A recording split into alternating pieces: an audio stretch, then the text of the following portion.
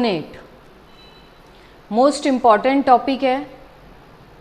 आज हम डिस्कस करेंगे टाइप ऑफ सोनेट और सोनेट से जो भी क्वेश्चंस बनते हैं सारे डिस्कस करेंगे जो एग्ज़ाम में आ सकते हैं, और आपका क्वेश्चन गलत नहीं होगा अगर आपने ये वीडियो लास्ट तक देखा। ओके, स्टार्ट करते हैं। Sonnet. The sonnet is a form of lyrical poetry. Sonnet कैसी पोइट्री होती है? लिरिकल पोइट्री होती है। Originating in Italy in the 13th century. Okay, 13th century में ये ओरिजिनेटेड हुई थी।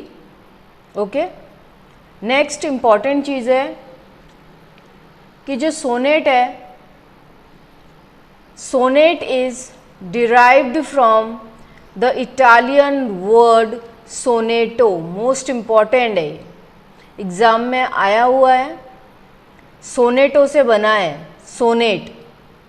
ओके, मीनिंग क्या होता है इसका? लिटिल साउंड और लिटिल सॉन्ग। ओके, सोनेट जो होता है, a sonnet is a type 14 line poem होता है।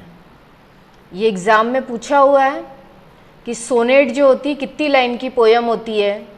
14 लाइन पोएम होती है। ओके, वन वर्ड बन रहे हैं, आपको मैं बता रही हूँ साथ साथ। ओके,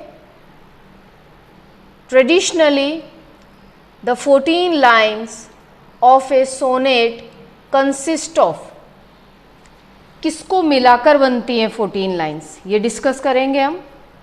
ओके, ये आपके सामने है। एन ऑक्टेव 8 लाइन्स, ए सस्टेट 6 लाइन्स। ऑक्टेव और सस्टेट को मिलाकर 14 लाइन्स बनती है सोनेट की। ओके, और डिस्कस करेंगे इसके बारे में आगे।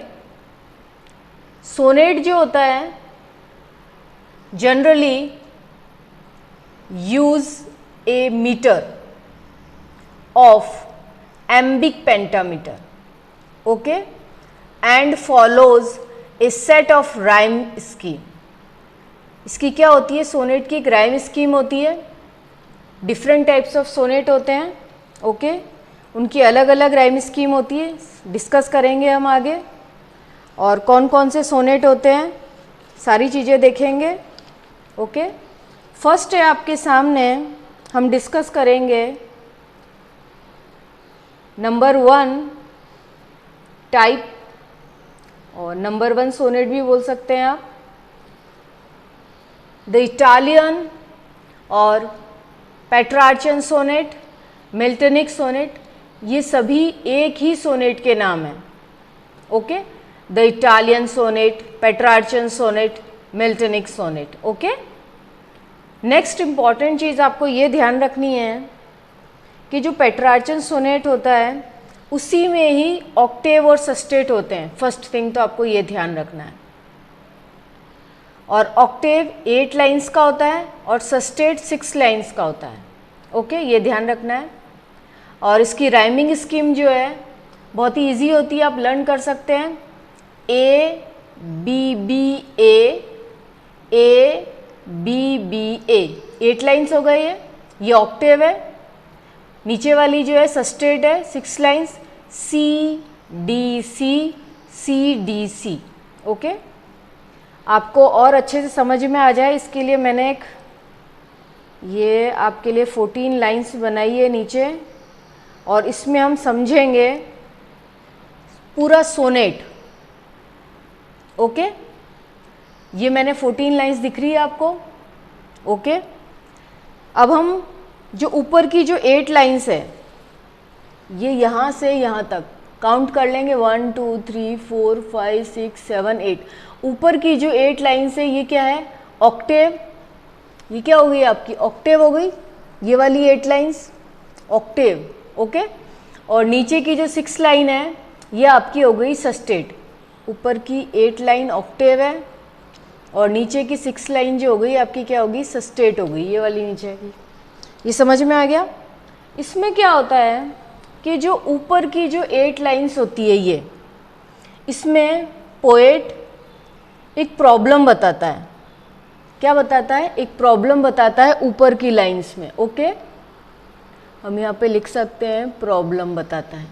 ओके, और उसका सॉल्यूशन कहाँ बताएगा, वो नीचे की जो 6 लाइन्स है उसमें बताता है, सस्टेट में। यहाँ पर क्या बताता है, इसका सॉल्यूशन।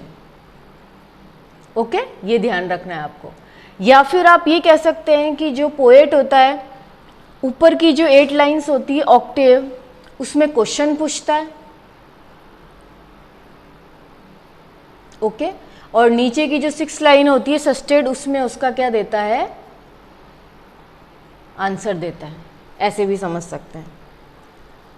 तो जब पोएट प्रॉब्लम से सॉल्यूशन में जाता है या क्वेश्चन से जब आंसर बताता है, तो एक टर्न आता है, एक मोड़ आता है इस पोयम में, उसे हम वोल्टा कहते हैं।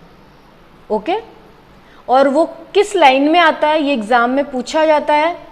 वो आता है 9th लाइन में। यहाँ पर ये जो 9th लाइन है आपकी, यहाँ पर आएगा, और इसे हम क्या कहते हैं, वोल्टा। एक टर्न आता है पोयम में, और वो कौन सी लाइन में आता है, 9th लाइन में आता है, और उसे हम क्या कहते हैं, वोल्टा कहते हैं। VOLTA, वोल्टा। आप इसको ऐसे समझ सकते हैं कि ये कौन सी लाइन में आता है, 9th लाइन। ओके, ऐसे भी समझ सकते हैं। और आप इसके ऊपर ऐसे भी लिख सकते हैं कि एक टर्न आता है, टर्न। ओके, इसे हिंदी में यहाँ पर लिख लें, एक मोड़ आता है इस पोएम में, जिसे हम क्या कहते हैं, वोल्टा कहते हैं। और क्वेश्चन में ऐसे पूछा जाता है कि जो ये टर्न आता है वो कौन सी लाइन में आता है, तो आपको बताना है 9th लाइन में आता है, और उसे क्या कहते हैं, वोल्टा कहते हैं। ओके, ये ध्यान रखना है आपको। And it occurs in only Petrarchan sonnet. आपको ये ध्यान रखना है कि जो ये वोल्टा होता है सिर्फ पेट्रार्चन सोनेट में ही आता है और दूसरे सोनेट में नहीं आता है, ये भी आपको ध्यान रखना है। ओके, ये मैंने आपके लिए इसलिए बनाया है, सोनेट का एक आपके दिमाग में ये सेट हो जाए एक पिक्चर कि सोनेट कैसी होती है, इसलिए मैंने ये थोड़ा डायग्राम बनाया, तो आपको हेल्प करेगा सोनेट को समझने में। ओके, और राइमिंग स्कीम तो मैंने आपको बता ही दी है, एक बार और आप देख लें। इसकी राइमिंग स्कीम होती है A B B A A B B A। Okay, और C D C C D C। समझ में आया आपको? ओके, ये हमारा था पेट्रार्चन सोनेट, इटालियन सोनेट और मिल्टनिक सोनेट। ओके, नेक्स्ट है मोस्ट इम्पॉर्टेंट सोनेट है का टाइप है इंग्लिश सोनेट। जो हमारा सेकंड टाइप है वो कौन सा टाइप है, इंग्लिश सोनेट। और इंग्लिश सोनेट को आप और क्या कहते हैं, शेक्सपियरियन सोनेट भी बोलते हैं, ये तो आपको पता ही होगा। ओके, और उसमें 3 क्वाट्रियंस एंड 1 कपलेट होता है, सॉरी कुपलेट भी कहते हैं, कुपलेट मीन्स दोहा। ओके, 3 क्वाट्रियंस 1 कुपलेट होता है, और इसको और अच्छे से समझेंगे हम यहाँ पर। ओके, आप ऐसे समझ सकते हैं कि जो 3 क्वाट्रियंस है ये कितने लाइंस की है, 12 लाइंस। ऐसे समझेंगे कि 3 क्वाट्रियंस है, कितने लाइंस है इसमें, 12, और 1 क्वाट्रियंस 4 लाइन की होती है। आप ऐसे समझ सकते हैं। ये मैंने सोनेट का डायग्राम बनाया, लाइंस ड्रॉ किए आपके लिए ताकि आपको इजीली समझ आ जाए। फॉर एग्जांपल 1 2 3 4, तो मीन्स ये आपका एक 4 लाइंस का क्या हो गया, 1 2 3 4, यहाँ तक 1 क्वाट्रियन हो गया। ये क्या हो गया, 1 क्वाट्रियन हो गया। और 1 क्वाट्रियन में कितनी लाइंस होती है, 4 लाइंस होती है, आपको ये ध्यान रखना है। आपको इजीली समझ में आ जाएगा। नेक्स्ट फिर 1 2 3 4 नेक्स्ट 4 लाइंस की क्या होती है, 1 क्वाड्रियंस होती है और 4 लाइंस होती है इसमें भी। और नेक्स्ट 4 लाइंस ये सेकंड थर्ड हो गया, ये सेकंड था और ये थर्ड हो गया। 1 2 3 क्वाड्रेंट्स हो गए और इनमें 4 लाइंस हो गई। ओके, और टोटल लाइंस कहेंगे क्वाड्रेंट्स की तो कितनी हो जाएगी, 12। समझ में आया। और नीचे की जो 2 लाइन होती है वो आपकी किसकी होती है, कुपलेट की होती है, दोहे की होती है। ये ध्यान रखना है आपको। नीचे की जो 2 लाइन होती है वो किसकी होती है, दोहे की होती है। नीचे की जो 2 लाइन बची हुई है दोहे की। ओके, तो टोटल मिलाएंगे तो कितनी लाइंस हो जाएगी, 14 लाइंस हो जाएगी। ओके, और इसकी राइमिंग स्कीम जो है बहुत ही इजी है। आप इसको ऐसे याद रख सकते हैं कि इंग्लिश सोनेट जो होता है और शेक्सपियरिक सोनेट, उसकी जो राइमिंग स्कीम होती है, हिंट आपको ये देती हूँ कि जी जी लास्ट में क्या आता है, जी जी। आपको ये ध्यान रखना है। ऊपर से देखते हैं हम, ए बी बी को यहाँ छोड़ दिया, सी डी डी को यहाँ छोड़ दिया, ई एफ एफ को यहाँ छोड़ दिया, जी जी। ओके, सबसे इजी है इसको पहचानना। अगर ऑप्शन में जी जी आ रहा है तो मीन्स वो कौन सी राइम स्कीम है, किसकी है, शेक्सपियरिक सोनेट की है। ओके, नेक्स्ट है स्पेंसरिक सोनेट। ये भी इम्पॉर्टेंट है आपके लिए और बहुत ही इजी है इसको याद करना।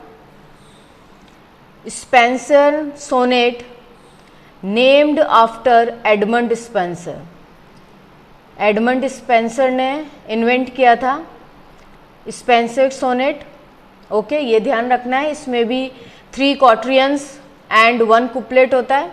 कुपलेट मीन्स दोहा, 2 लाइन का होता है। ओके, मैंने यहाँ लिखा है, मीन्स 3 क्वाड्रियंस 12 लाइंस। एक क्वाड्रेंस हमने पहले डिस्कस किया था, एक क्वाड्रेंस कितनी लाइंस का होता है, 4 लाइंस का। तो 3 क्वाड्रेंस 12 लाइंस का हो गया और 1 कुपलेट 2 लाइंस का। तो टोटल करेंगे तो कितने हो जाएंगे, 14 लाइंस हो जाएगी। ओके, और इसकी राइमिंग स्कीम भी बहुत इजी है, आप इसको याद करें, एग्ज़ाम में पूछ लेते हैं। A B B C D E. ये ध्यान रखना है आपको। ओके, नेक्स्ट है, एग्ज़ाम में पूछा जाता है, छोटा सोनेट है लेकिन मोस्ट इम्पॉर्टेंट है, एग्ज़ाम में पूछ लेते हैं उसके बारे में। और एग्ज़ाम में पूछा जाता है कर्टल सोनेट। छोटा सा है, इजीली आप लर्न रख सकते हैं। कर्टल सोनेट, नाम से ही पता लग रहा है आपको, कटा हुआ है, मीन्स कम है, 14 लाइंस नहीं है मतलब इसमें। It has 10 lines and A half line, means 10 and half lines का होता है ये कर्टल सोनेट। आपको इतना ही याद रखना, ज़्यादा नहीं पूछते हैं। और invented by GM. Hopkins. Okay, ये ध्यान रखना है आपको, किसने इन्वेंट किया है कर्टल सोनेट को, जी.एम. हॉपकिंस, बस ये ध्यान रखना है। नेक्स्ट इम्पॉर्टेंट जो लिटरेरी टर्म है हमारा वो एल्गी है। एल्गी से क्वेश्चन एग्ज़ाम में आता ही आता है और बहुत इजी है। एल्गी क्या होता है, the word एलेगी derived from the Greek word. पहले तो आपको ये याद रखना है कि ग्रीक वर्ड से बना है। एलिगोज मोस्ट इम्पॉर्टेंट है। ओके, एलिगोज से बना है, ग्रीक वर्ड है। Okay, an elegy is a mourning song. Okay, it is a form of poetry, poetry की फॉर्म में होती है। इन विच द पोएट और स्पीकर क्या करते हैं? एक्सप्रेसेस ग्रीफ, सैडनेस और लॉस। एक्सप्रेसिंग सॉरो और लेमेंटेशन, शोक, specially for one who is dead. Okay, it is a poem of mortal loss and consolation। completely mortal loss को बताता है एलेगी, एंड consolation को बताता है सांत्वना को। ओके, lamentation शोक को बताता है, sorrow दुख को एक्सप्रेस करता है, sadness लॉस, ये सारे वर्ड्स आपको ध्यान रखने हैं। और मोस्ट इम्पॉर्टेंट है कि ग्रीक वर्ड से बना है, एलिगोज। ओके, ये चीज़ आपको ध्यान रखनी है। इसके बाद हमारा नेक्स्ट टॉपिक है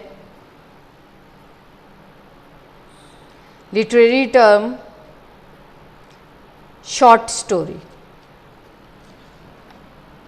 बहुत ही इजी है इसको समझना। शॉर्ट स्टोरी क्या होता है? एक लिटरेरी टर्म है short story. Short story is a piece of prose fiction that can be read in one sitting and focus on a self contained incident. Okay, जो शॉर्ट स्टोरी होती है one sitting में पढ़ी जा सकती है और फोकस किया जाता है ओनली वन इंसिडेंट, और ये कह सकते हैं एक सिंगल इफेक्ट होता है और मूड होता है उसका, उसे हम शॉर्ट स्टोरी कहते हैं। प्रोज फिक्शन होती है ये। ओके, और शॉर्ट स्टोरी के बारे में मोस्ट इम्पॉर्टेंट चीज़ ये है कि no longer than 20,000 words, 20,000 words से ज़्यादा बड़ी नहीं होती है ये, और no shorter than 1,000 word, 1,000 word से भी छोटी नहीं होती है। ओके, 20,000 वर्ड से लंबी नहीं होती है, ज़्यादा नहीं होती है, और 1,000 वर्ड से कम नहीं होती है। उसे हम क्या कहते हैं? शॉर्ट स्टोरी कहते हैं। ओके, इसकी कैरेक्टरिस्टिक्स क्या है? एग्ज़ाम में पूछते हैं, आपको ध्यान रखना है, मोस्ट इम्पॉर्टेंट है इसकी कैरेक्टरिस्टिक्स। इसमें क्या होता है? शॉर्ट स्टोरी में लिमिटेड नंबर्स ऑफ कैरेक्टर्स होते हैं, ज़्यादा नहीं होते हैं, लिमिटेड होते हैं, ये ध्यान रखना है आपको। It's plot is less complex than novel. इसका जो प्लॉट होता है नॉवल के प्लॉट से कम कॉम्प्लेक्स होता है, ये भी ध्यान रखना है आपको। And last is it focus on a single event, और ये सिर्फ एक सिंगल इवेंट पे फोकस करती है। ओके, नेक्स्ट है elements of short story. Most important है, वन बाय वन हम डिस्कस करेंगे element of short story. Okay, first है setting. Element of short story, first element है सेटिंग। सेटिंग से आप क्या समझते हैं? Time and location. Setting means time and location, weather condition भी आ सकता है इसके अंदर। बस आपको यही ध्यान रखना है कि सेटिंग में क्या क्या चीज़ें आती है। टाइम आता है, लोकेशन, वेदर कंडीशन आ सकती है, एटमॉस्फेयर आ सकता है। ओके, नेक्स्ट है प्लॉट। प्लॉट मीन्स क्या होता है? प्लॉट मीन्स होता है introduction, rising action, climax, falling action, resolution, जो एक सीक्वेंस जो बनता है, ये कह सकते हैं प्लॉट। मतलब होता है कि जैसे स्टोरी जब आपकी स्टार्ट होती है तो सबसे पहले इंट्रोडक्शन आता है, फिर राइजिंग एक्शन आता है, फिर क्लाइमैक्स आता है, फॉलिंग एक्शन आता है, और लास्ट में फाइनल आउटपुट आ जाता है स्टोरी का। ऐसे उसे ऐसे समझना है, सीक्वेंस ऑफ स्टोरी। इसके बाद ये आएगा, इसके बाद ये आएगा, और लास्ट में एंड हो जाएगी, उसे प्लॉट कहते हैं, सीक्वेंस ऑफ स्टोरी। आप ऐसे समझ सकते हैं। ओके, थर्ड है कैरेक्टर। कैरेक्टर मतलब होता है पात्र। हमने अभी ऊपर डिस्कस किया था कैरेक्टरिस्टिक्स में, शॉर्ट स्टोरी जो होती है उसमें लिमिटेड नंबर ऑफ कैरेक्टर्स होते हैं। ओके, ये ध्यान रखना है आपको इसमें। और नेक्स्ट है कॉन्फ्लिक्ट। कॉन्फ्लिक्ट मीन्स संघर्ष को कहते हैं। और संघर्ष जो होता है, कॉन्फ्लिक्ट हमारा असेंशियल होता है, मोस्ट इम्पॉर्टेंट होता है बिटवीन टू अपोजिंग फोर्सेस के बीच में। और जो ये कॉन्फ्लिक्ट होता है एक्सटर्नल भी हो सकता है, इंटरनल भी हो सकता है, आपको ये ध्यान रखना है। एक्सटर्नल से आप समझ सकते हैं कि struggle between character and the outside force, for example man versus man और मैन वर्सेस नेचर, ऐसे याद रख सकते हैं। और इंटरनल कॉन्फ्लिक्ट का मतलब आप ऐसे समझ सकते हैं कि it occurs in the mind of character. जो कैरेक्टर होता है उसके माइंड में ये कॉन्फ्लिक्ट होता है, संघर्ष, ऐसे समझ सकते हैं। ओके, और लास्ट है थीम। थीम मतलब होता है विषय, the main idea of the story, उसे हम क्या कहते हैं, थीम। तो आपको ये याद रखना है, मेन एलिमेंट्स है ये शॉर्ट स्टोरी के। पूछ लेते हैं कि कौन कौन से एलिमेंट्स हैं शॉर्ट स्टोरी के। ओके, आपको ध्यान रखना है कि सेटिंग होता है, प्लॉट होता है, कैरेक्टर्स, कॉन्फ्लिक्ट, ये सारे क्या है, एलिमेंट्स ऑफ शॉर्ट स्टोरी है। ओके, ये ध्यान रखना है आपको।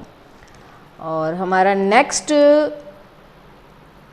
लिटरेरी टर्म है, मोस्ट इम्पॉर्टेंट है और आपको बहुत इजीली वे में मैंने आपके लिए शॉर्ट नोट्स तैयार किए हैं, और वो है ड्रामा। ओके, ड्रामा सारी चीज़ें मैंने ली हैं इसके अंदर, कहाँ कहाँ से क्वेश्चन आ सकते हैं और कहाँ से क्वेश्चन आए थे, सारी चीज़ें मैंने देखी है और फिर ये नोट्स, शॉर्ट नोट्स तैयार किए हैं आपके लिए। ओके, ड्रामा से आप क्या समझते हैं? पहले तो ये कि जो ड्रामा होता है जनरली परफॉर्म किया जाता है, और कौन करता है? एक्टर, और स्टेज पे करता है। और ड्रामा में क्या होता है? एक्शन होता है और हिस्टोरिकल कैरेक्टर्स प्ले करते हैं स्टेज पे। और मोस्ट इम्पॉर्टेंट चीज़ है ड्रामा के लिए, all the dialogues in A drama contains the thoughts and feeling of A characters. Okay, drama is a composition in prose presenting a story in a dialogues. Okay, and most important है कि the person who writes drama for the stage direction is known as, उसे क्या कहते हैं? Dramatist भी कहते हैं और प्ले राइट भी कहते हैं। और ये एग्ज़ाम में पूछा गया था कि जो ड्रामा लिखता है उसे क्या कहते हैं? Play right. ओके, मैंने आपके लिए यहाँ नोट डाउन भी किया है ताकि आपको याद रहे। The person who writes drama for the stage direction is known as a dramatist और प्ले राइट। ओके, नेक्स्ट है जो आपको याद रखना है ड्रामा में, एलिमेंट्स ऑफ ड्रामा। ड्रामा के कौन कौन से एलिमेंट्स होते हैं, ये चीज़ आपको ध्यान रखनी है। और मोस्ट इम्पॉर्टेंट चीज़ है, ये सारी जो एलिमेंट्स मैंने यहाँ पे लिखे हैं आपको याद करने हैं। फर्स्ट नंबर पर है प्लॉट। ओके, प्लॉट से आप क्या समझते हैं? Sequence of event. जो इवेंट जो ड्रामा में आता है, इसके बाद ये आएगा, इसके बाद ये आएगा, तो ये सीक्वेंस बताता है plot. Okay, characters. Characters means क्या होता है? पात्र। एक्शन होता है इसके अंदर, एटमॉस्फेयर होता है, ओके, प्रोटैगनिस्ट होता है, मुख्य पात्र ड्रामा का कौन सा होता है, प्रोटैगनिस्ट, मेन कैरेक्टर होता है ये, ओके। और एक चीज़ हम डिस्कस करेंगे, इतना इजी वे में आपको ये ड्रामा कोई नहीं समझाएगा। मैंने आपके लिए यहाँ पर एक जो डायग्राम बनाया, इसे आप ध्यान से देखें तो आपको अच्छे से समझ में आएगा कि जो ड्रामा होता है, ड्रामा का स्ट्रक्चर क्या होता है। फर्स्ट नंबर पे जैसे ड्रामा को हम इंट्रोडक्शन होता है ड्रामा का, ओके। इंट्रोडक्शन होने के बाद में क्या होता है, राइजिंग एक्शन आता है ड्रामा में, ड्रामा बढ़ता है आगे की ओर। राइजिंग एक्शन होने के बाद ड्रामा टॉप पे चला जाता है, और जब ड्रामा टॉप पे चला जाता है तो उसे कहते हैं क्लाइमैक्स, ओके। क्लाइमैक्स जो होता है, यहाँ पर जब ऑडियंस पहुँच जाती है क्लाइमैक्स पर, तो न तो ऑडियंस ड्रामा को छोड़ के जा सकती है, उस सिचुएशन को हम क्या कहते हैं, क्लाइमैक्स कहते हैं, ओके। क्लाइमैक्स के बाद आता है फॉलिंग एक्शन, यहाँ से यहाँ तक फॉलिंग एक्शन होता है, और लास्ट एंड होता है।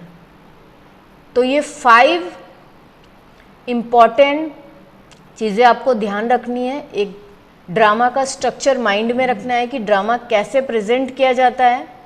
इंट्रोडक्शन होता है स्टार्टिंग में, राइजिंग एक्शन आता है, क्लाइमैक्स आता है, फॉलिंग एक्शन होता है, और लास्ट में एंड हो जाता है, ओके। नेक्स्ट इम्पॉर्टेंट चीज़ है टाइप्स ऑफ ड्रामा। ड्रामा का टाइप, ड्रामा जो होता है ट्रेजेडी भी होता है और कॉमेडी भी होता है, दोनों डिस्कस करेंगे हम।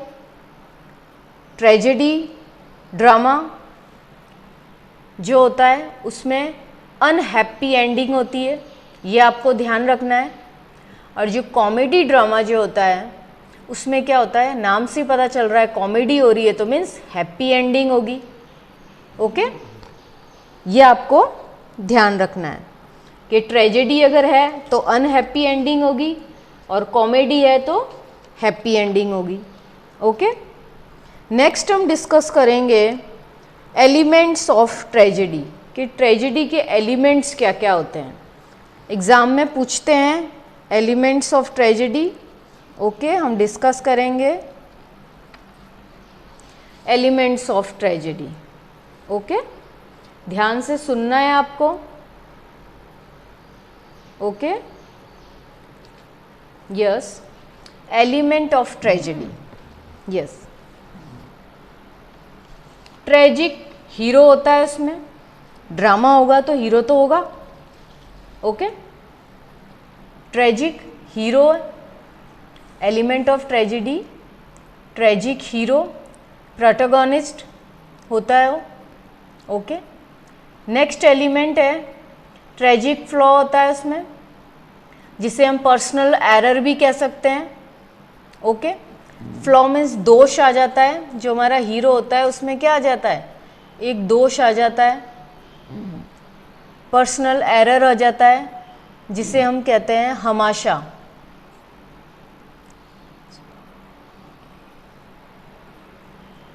हमाशा, ओके।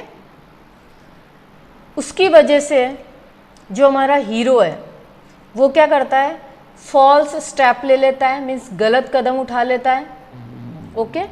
फॉल्स स्टेप उठ जाता है, उससे गलत कदम उठ जाता है उस पर्सनल एरर की वजह से, जिसे हमाशा भी कहते हैं, ग्रीक वर्ड है हमाशा, ओके। फॉल्स स्टेप उठ जाता है, गलत कदम जब उठता है तो क्या हो जाता है, क्या होगा, change of the protagonist fortune from good to bad. Fortune means भाग्य, फॉर्च्यून मीन्स क्या होता है, भाग्य। जो हमारा हीरो था, ओके, उसने एक ऐसा कदम उठाया, गलत कदम, जिसकी वजह से उसका भाग्य जो अब तक अच्छा चल रहा था वो गुड टू बैड हो गया, okay. Next the purpose of tragedy, tragedy का पर्पस क्या होता है? पर्पस मीन्स उद्देश्य, इसका पर्पस होता है कथारसिस। कथारसिस मतलब क्या होता है? कथारसिस एक ग्रीक वर्ड है, ओके, आप यहाँ पे लिख सकते हैं कथारसिस एक ग्रीक वर्ड है, ओके, और इसका मतलब होता है टू क्लीन और to purify, okay. catharsis refers to the effect of tragedy on the viewers। catharsis का क्या इफेक्ट होता है? किसके ऊपर? ऑडियंस के ऊपर, जो उस ड्रामा को देख रही है, उसे कैथारसिस कहते हैं, ओके। समझ में आया आपको? कैथारसिस मतलब होता है कि जो ऑडियंस जो ड्रामा देख रही है उसका क्या इफेक्ट हुआ है व्यूवर्स या ऑडियंस पे, उसे कैथारसिस कहते हैं, ओके। नेक्स्ट हम डिस्कस करेंगे most important drama devices. Most important है, वन बाय वन डिस्कस करेंगे कौन कौन से ड्रामा डिवाइसेस होते हैं, ओके। नंबर फर्स्ट है सोलिलोक्यू, हिंदी में इसे कहते हैं आत्मकथन, ओके। आप इसे ऐसे समझ सकते हैं कि टॉकिंग टू हिमसेल्फ, कोई कैरेक्टर स्टेज पे है और अपने आप से बातें कर रहा है, ओके। नेक्स्ट है tragic flaw. Tragic flaw means होता है दोष। क्या होता है? दोष। और ये भी कह सकते हैं कोई पर्सनल एरर होता है जिसकी वजह से जो हमारा हीरो होता है वो गलत कदम उठा लेता है, ओके। और इसे हम हमाशा भी कहते हैं, और हमाशा जो है ग्रीक वर्ड है, ओके। ये ध्यान रखना है। A defeat in the personality of the protagonist that brings about his downfall, उस गलत कदम की वजह से उसका क्या हो जाता है? डाउनफॉल हो जाता है, ये आपको ध्यान रखना है। नेक्स्ट है पेरिपिटाया, मोस्ट इम्पॉर्टेंट है। पेरिपिटाया किसे कहेंगे? इसे आप ऐसे समझ सकते हैं कि एक टर्निंग पॉइंट होता है, हीरो का क्या होता है? एक टर्निंग पॉइंट होता है। A point in a story where the protagonist fortune means भाग्य begins to change from good to bad, okay. ऐसे ध्यान रख सकते हैं आप कि एक टर्निंग पॉइंट होता है हीरो का, जहाँ से उसका जो भाग्य होता है, अब तक जो अच्छा चल रहा था वो बुराई की तरफ चलने लग जाता है, ऐसे ध्यान रख सकते हैं, ओके। नेक्स्ट है monologue. Monologue means one, mono means one, a long speech made by a character, ऐसे समझ सकते हैं, अकेला बातें कर रहा है, mono means one, okay. Next है पोएटिक जस्टिक। जस्टिक मीन्स क्या होता है? न्याय। पोएटिक जस्टिक से आप क्या समझते हैं? जस्टिक से न्याय मीन्स जिसने अच्छा काम किया है, वर्च्यू, उसे क्या मिलेगा? रिवॉर्ड मिलेगा, इनाम मिलेगा, और जिसने गलत किया है उसे क्या मिलेगा? पनिशमेंट मिलेगा। आप ऐसे समझ सकते हैं poetic जस्टिक, okay. Conflict most important है, इसे संघर्ष कहते हैं, struggle between two opposing forces. और इस कॉन्फ्लिक्ट के बारे में एक इम्पॉर्टेंट चीज़ है, जेबी शॉ ने बोला है ड्रामा में, no conflict no drama, okay. Comic relief most important है, एग्जाम में पूछते हैं इसे। कॉमिक रिलीफ क्या है?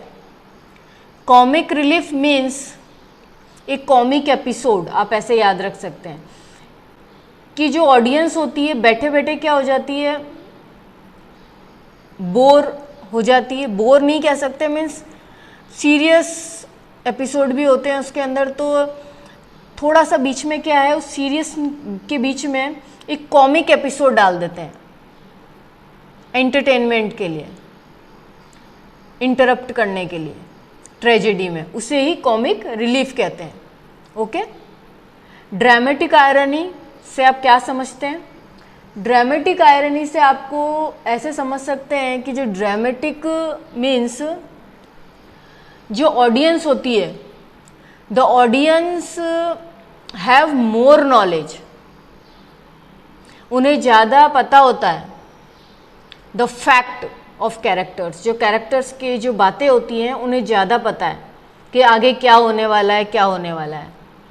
ओके, उसे कहते हैं ड्रामेटिक आयरनी। एंड लास्ट है आपका dramatic device climax. Climax means क्या होता है? The point of highest interest, जहाँ पर जाकर या जहाँ पर पहुँचकर ऑडियंस हिल नहीं सकती है, उसे क्या कहते हैं? क्लाइमैक्स कहते हैं। चरमोत्कर्ष, चरम पर पहुँच जाना ड्रामा, वहाँ पर ऊंचाइयों पर पहुँच जाना बिल्कुल, उसे हम क्या कहते हैं? क्लाइमैक्स कहते हैं। नेक्स्ट हम डिस्कस करेंगे मोस्ट इम्पॉर्टेंट, एग्जाम में पूछते हैं इससे, कैटेस्ट्रॉफी क्या है। ये कुछ वर्ड्स हैं, इंपॉर्टेंट वर्ड्स। कैटेस्ट्रॉफी, इसका मतलब होता है तबाही। क्या होता है इसे लिख सकते हैं आप? तबाही। ओके, और आप इसे ऐसे भी ध्यान रख सकते हैं, catastrophe means tragic and. Tragedy का जो एंड होता है उसे हम कैटेस्ट्रॉफी कहते हैं, the end of a tragedy. और ये भी कह सकते हैं the final action that completes the plot. एक फाइनल एक्शन होता है जो प्लॉट को क्या करता है? कंप्लीट करता है, उसे भी हम क्या कहते हैं? कैटेस्ट्रॉफी बोल सकते हैं। और इन शॉर्ट में आपको ऐसे याद रखना है, the end of a tragedy means catastrophe. Okay, next denouement. Denouement क्या है? डेनोमा कॉमेडी का एंड है। इसको हिंदी में ऐसे लिख सकते हैं, डेनुमा, और ऊपर चंद्रबिंदु आता है। हिंदी में ऐसे ध्यान रखना है आपको। डेनुमा क्या होता है? कॉमेडी का एंड। कॉमेडी के एंड को क्या कहते हैं? डेनुमा कहते हैं। ओके, नेक्स्ट चीज़ है, एग्ज़ाम में ऐसे भी पूछ लेते हैं कि जो प्ले होते हैं एक्ट्स में डिवाइड होते हैं, और एक्ट जो होते हैं सीन में डिवाइड होते हैं। आपको ये पता होना चाहिए, प्ले एक्ट्स में डिवाइड होते हैं और एक्ट सीन में डिवाइड्स होते हैं। डिफरेंट सीन्स होते हैं, इसके बाद ये आएगा, इसके बाद ये आएगा। ओके, नेक्स्ट मोस्ट इम्पॉर्टेंट है कॉमेडी। अभी हम क्या डिस्कस करेंगे? कॉमेडी। ओके, कॉमेडी जो होती है, नाम से पता चल रहा है उसका एंड कैसे होगा? हैप्पी एंडिंग होगी। कॉमेडी की एंडिंग कैसी होगी? हैप्पी एंडिंग होगी। और कॉमेडी जो होती है दो तरह की होती है, हाई कॉमेडी भी होती है और लो कॉमेडी भी होती है। हाई कॉमेडी को आप ऐसे समझ सकते हैं, हाई कॉमेडी मीन्स, एग्जाम्पल मैं देती हूँ आपको, जो अपनी बुद्धिमत्ता से लोगों को हंसाए, जो कैरेक्टर मीन्स अपनी वाक्पटुता, हिंदी में कहते हैं वाक्पटुता से हंसाए, सटायर लाए, ह्यूमर, अपनी जो बुद्धि है उसको यूज़ करे और उससे ऑडियंस को हंसाए, उसे हाई कॉमेडी कहते हैं। और हाई कॉमेडी जब होती है तो लोगों को बहुत देर बाद हंसी आती है, क्योंकि वो उसको समझना पड़ता है उसके बाद में। ओके, और आप ऐसे भी समझ सकते हैं, evokes intellectual laughter through wit and humour. अपनी वाक्पटुता और व्यंग से लोगों को हंसाना हाई कॉमेडी होती है, जो कैरेक्टर होता है। और लो कॉमेडी, नाम से पता चल रहा है, लो कॉमेडी मीन्स क्या होता है? लो कॉमेडी का मतलब होता है it evokes laughter through jokes and physical action. Characters जो होते हैं जोक सुनाते हैं, कोई फिजिकल एक्शन कर लेते हैं जैसे चप्पल फेंक देना, कोई भी एक्शन कर रहे हैं तो ऑडियंस इससे क्या हो जाती है, जल्दी हंसने लग जाती है, तो उसे कहते हैं लो कॉमेडी। ओके, और लो कॉमेडी को आप ऐसे भी समझ सकते हो, it makes the audience laugh quickly, जल्दी हंस जाती है। ऐसे एक्शन किए जाते हैं या ऐसे जोक्स मारे जाते हैं कि ऑडियंस को जल्दी हंसी आ जाए, उसे लो कॉमेडी कहते हैं। ओके, ऐसे ध्यान रखना है। और नेक्स्ट है आपके सामने, रोमांटिक कॉमेडी किसे कहते हैं।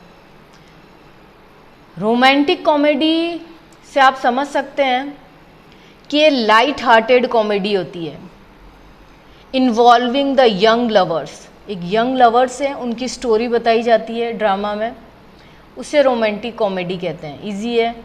ओके, नेक्स्ट है कॉमेडी ऑफ मैनर, इसे रेस्टोरेशन कॉमेडी भी कहते हैं। कॉमेडी ऑफ मैनर को रेस्टोरेशन कॉमेडी भी कहते हैं। कॉमेडी ऑफ मैनर से आपको समझ में आया होगा कि इसमें क्या होता है, हास्य व्यंग्य होता है, the use of humour, satire, irony होती है, एक्सजरेशन होता है। मीन्स इसमें आप ऐसे समझ सकते हैं कि कॉमेडी ऑफ मैनर में कि आप कोई हास्य व्यंग्य कर रहे हैं या किसी का, ऐसे कह सकते हैं आप किसी का मजाक उड़ा रहे हैं, किसी पर्टिकुलर क्लास का बहुत बड़ा दिखावा कर रहे हैं। ऐसे वर्ड्स अगर आते हैं सेंटेंस में दिए होते हैं तो वो कौन सी कॉमेडी होगी, कॉमेडी ऑफ मैनर, और इसे रेस्टोरेशन कॉमेडी भी कहते हैं। ओके, फार्स, फार्स क्या है, एक लो कॉमेडी है।